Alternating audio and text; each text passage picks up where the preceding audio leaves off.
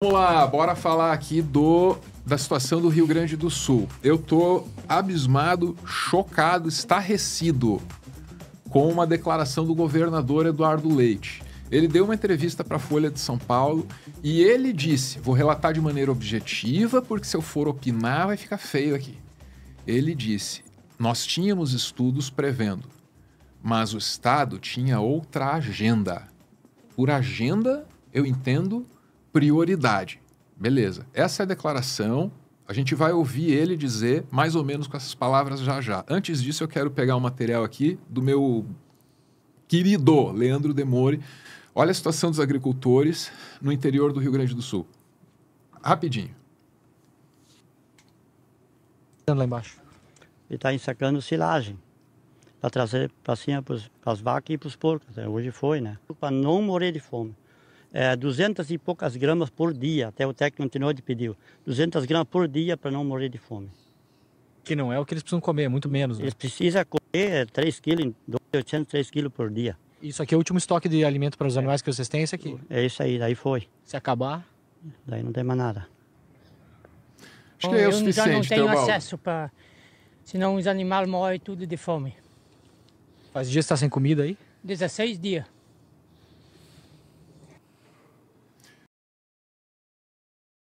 Isso, acho que a gente já podia tirar, pedir ali para o Teobaldo. O relato é longo, você encontra ele ali no perfil do Demore. Eu só queria mostrar aquele primeiro caso, um animal que tem que comer...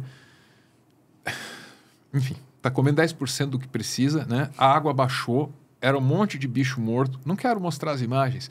E o bichinho que ficou de pé está arriscado a morrer de fome. Por quê? Porque a prioridade, porque a agenda era outra. Beleza, vamos ouvir qual era a outra prioridade e qual era a outra agenda agora.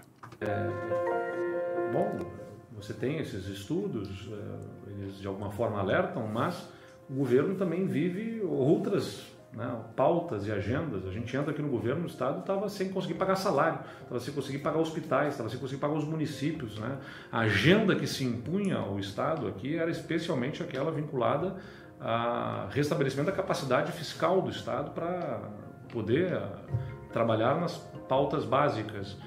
Então, alertas que estejam sendo feitos são ouvidos, mas eles se deparam com uma situação agora absurdamente crítica que naturalmente vai dar para eles um outro grau de importância, não apenas aos olhos do governo, mas da sociedade como um todo. Tá, essa última parte ali também é bastante difícil de ouvir, depois de assimilar, de digerir, né? Os alertas foram ouvidos, mas diante do que aconteceu, o governo dá para eles um outro destaque. Quer dizer, recebeu o estudo, mas agora é que a gente presta atenção porque agora é que aconteceu. Antes tinha outras prioridades. Qual era a prioridade? Pelo que eu entendi, é equilíbrio fiscal. Porra. Aí você tá de sacanagem comigo. Não é fácil, né? Você vê, juntar as duas coisas na imagem do pessoal ali, os bichos com fome. Não só bicho, né? Deve ter gente com fome também, né? E depois ouvir uma declaração dessa é triste, é complicado. Eu só quero entender o argumento do equilíbrio fiscal. Dentro dessas circunstâncias, é uma caricatura. É uma caricatura desse assunto. Agora, normalmente, o que você me diz? Abusa-se desse termo assim, pô? Eu acho que o que ele está querendo dizer, assim, sem querer aliviar para ninguém, é que, de fato, o Rio Grande do Sul estava falido, né? Eles tinham... E isso não é culpa só do Eduardo Leite, mas dos antecessores dele, né? E quando ele chegou ali, eu acho que se ele fosse um pouco menos tosco na hora de falar, o que ele tinha que dizer, a gente tinha o alerta, mas não tinha dinheiro, então não adianta. Mas mesmo assim, o papel de um governador é correr atrás do dinheiro para as coisas que são importantes, né? Tem que correr atrás do financiamento do BRDE, do BNDES, do governo federal, do BID, seja de quem for, né? Porque não é porque você não tem o dinheiro que você vai deixar as pessoas morrerem, né? Não é uma coisa tão simples assim que você diz, não, agora não tem dinheiro, então deixa morrer. Então não dá para fazer assim, né? Mas isso é uma coisa que a gente está... Infelizmente, né, meio até anestesiado, só que dessa vez foi muito grande, né? Mas todo janeiro, todo fevereiro, a gente tem desastre no Rio de Janeiro, deslizamento em Minas Gerais. E todo mundo sabe que aqueles lugares não era para ter casa e que tem os alertas e não fazem nada, esperam acontecer para depois. E dessa vez jogaram com uma aposta muito mais alta e o que aconteceu foi essa tragédia sem limite, né? Um negócio... Acho que daqui 100 anos vão estar... Assim como a gente fala da cheia de 41, né? Hoje, daqui 100 anos vão estar falando dessa aí. Agora, cara, essa é a terceira... Em um ano, né? Declaração terrível que eu ouço Primeiro nessa tragédia de agora. Que não era para fazer tanta doação, né? Tem essa. As doações são...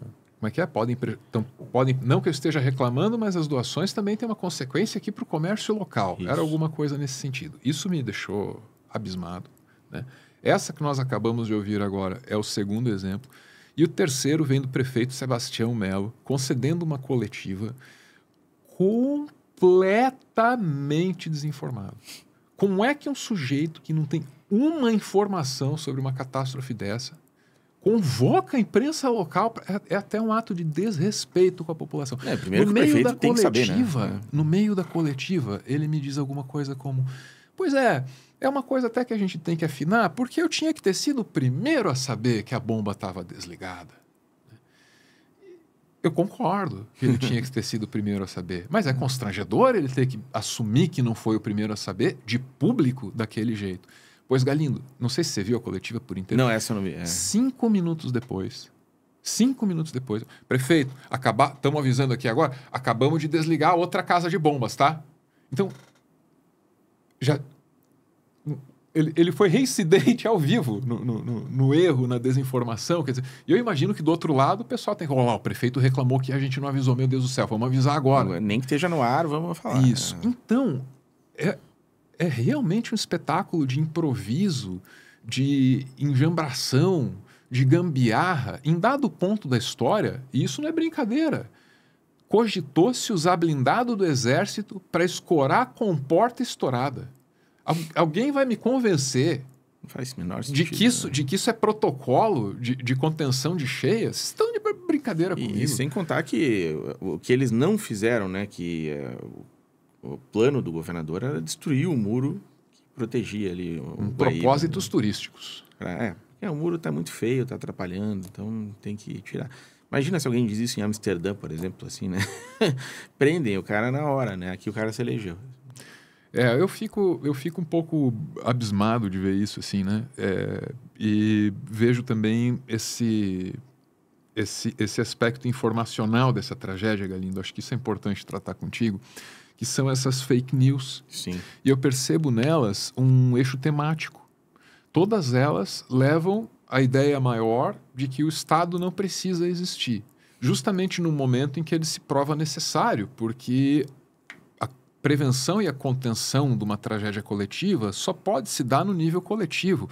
E nesse momento histórico, nessa sociedade, o instrumento que a gente tem para isso é o Estado, goste Sim. ou não tem jeito, né? E no momento com esse presidente, como se diz, goste ou não. É do jeito que está. Então, assim, quem pode consertar a casa de bombas, quem pode manter a comporta em ordem, quem pode manter o muro de pé com a boa manutenção, é o poder público, né? Mas as fake news têm esse eixo, assim, cara. Você tem reparado nesse... Sim, é lógico, né? A gente tem 2 grupos muito fortes disputando o poder no Brasil hoje e quando um está no poder, o outro vai tentar dizer que aquele está fazendo tudo errado, né? Agora, sabe que eu estava...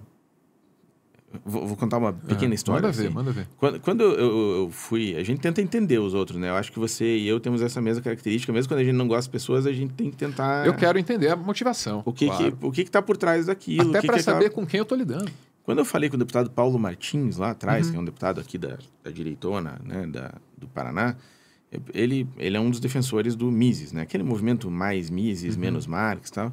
Falei, deputado, o que eu leio do Mises para entender? Né? Aí ele me indicou lá as 6 lições. É um livrinho curto, bem curto. Eu vou ler, né? Vamos tentar entender o que esse cara está falando, por que todo mundo diz. Em uma das 6 lições, que são 6 palestras que ele deu, acho que em Buenos Aires, não sei se estou falando besteira aqui, ele deu 6 lições, uma sobre inflação, uma sobre socialismo, e tem em algum momento lá, não lembro exatamente, ele diz o seguinte, que o Grover Cleveland, que foi presidente dos Estados Unidos no século XIX, falou durante um desastre, tipo esse, uma enchente, essas coisas assim, ele falou uma coisa que, segundo o Mises, deveria estar escrito na parede do gabinete de todo político com mandato, de todo governante. E qual era esse grande ensinamento do Grover Cleveland? Que ele negou o auxílio do governo para as pessoas que eram vítimas daquela crise, e ele disse assim: é dever do cidadão manter o Estado, mas não é dever do Estado manter o cidadão. Ou seja, o Estado não existia para dar, por exemplo, Bolsa Família, ou para dar, por exemplo, esse voucher agora que estão dando de R$ 5.100 lá para os gaúchos. Então, assim, não é um acaso que essas pessoas estejam dizendo que o Estado não deve intervir, ou, enfim, que o Estado não serve para nada, que é cidadão salvando cidadão, que é civil salvando civil, né? Existe, de fato, uma crença bem embasada nos teóricos que esse pessoal acredita, que diz que, de fato, o Estado deve ser apenas para questões de justiça, manutenção de contratos e segurança pública. E que o resto não é papel do Estado. E que, portanto, esse tipo de situação, por mais triste que seja, por mais comovente que seja, é papel da sociedade civil. Só que, como você disse, isso é absolutamente inviável, né? Como é que uma associação de moradores vai dar conta de resolver uma situação como essa que atingiu um estado inteiro e que botou milhões de pessoas debaixo d'água? Isso é loucura, uma coisa que não faz o menor sentido. Mas tem quem acredite, e a gente vê daí eles usarem isso como argumento contra o atual governo, porque o governo é intervencionista. Mas isso não é intervencionismo, isso é você salvar a vida, né? Pois é, vamos esperar para ver o que mais acontece no desenrolar dessa história, porque eu já não sei mais o que esperar, assim. Eu já não esperava ficar tão surpreso com isso, porque a situação é a mesma de 5 meses atrás. Então eu achei que eu já tinha visto tudo que o poder público do Rio Grande do Sul tinha para oferecer nesse âmbito. Mas não, definitivamente eu não tinha. Dessa vez agora eu estou entendendo um pouco melhor como é que a banda está tocando por lá. E o vereador dizendo que tem que cortar a árvore para não acontecer mais isso. Esse vereador é uma figura incrível. Sandro Fantinel é o nome desse senhor, sugeriu cortar as árvores nas beiras das rodovias, não todas, dá muito trabalho, só as principais. Sim, porque senão caem nas pessoas. Essa é uma... Eu sei que virou clichê comparar o texto com o do Furlan, com o Daniel Furlan no Choque de Cultura, mas a frase é: o peso da árvore faz a terra cair. Realmente... A sabedoria desses caras é impressionante. Mas, cara, eu acho que é isso, né? Assim, a gente tá num momento em que... Você falou de fake news, né? Num momento em que, se a gente não tomar cuidado, a gente fica acreditando em... Tem um helicóptero da Van salvando pessoas, né? Etc. Enfim, tem todo tipo de loucura. Maravilha. Muito obrigado. Por sorte, a Van não usou o dinheiro para fazer o helicóptero sobrevoar lá e apostou o dinheiro na internet aqui, que está patrocinando jornalismo de qualidade. Tocou um anúncio da Van no vídeo hoje aqui. Ó, eu quero ir para um breve intervalo. Na volta eu volto aqui para me despedir do Galindo, e nessa despedida eu vou pedir para ele deixar um autógrafo no meu Moby Dick, que eu tô vendo ali, ó. O Galindo é o cara que traduziu esse romance do Herman Melville. Então, vai rolar aqui um intervalinho e eu vou ter, 16 segundos para usar o meu corpinho para sair daqui, subir ali na prateleira e pegar esse troço. Eu vou conseguir. Vamos lá, valeu!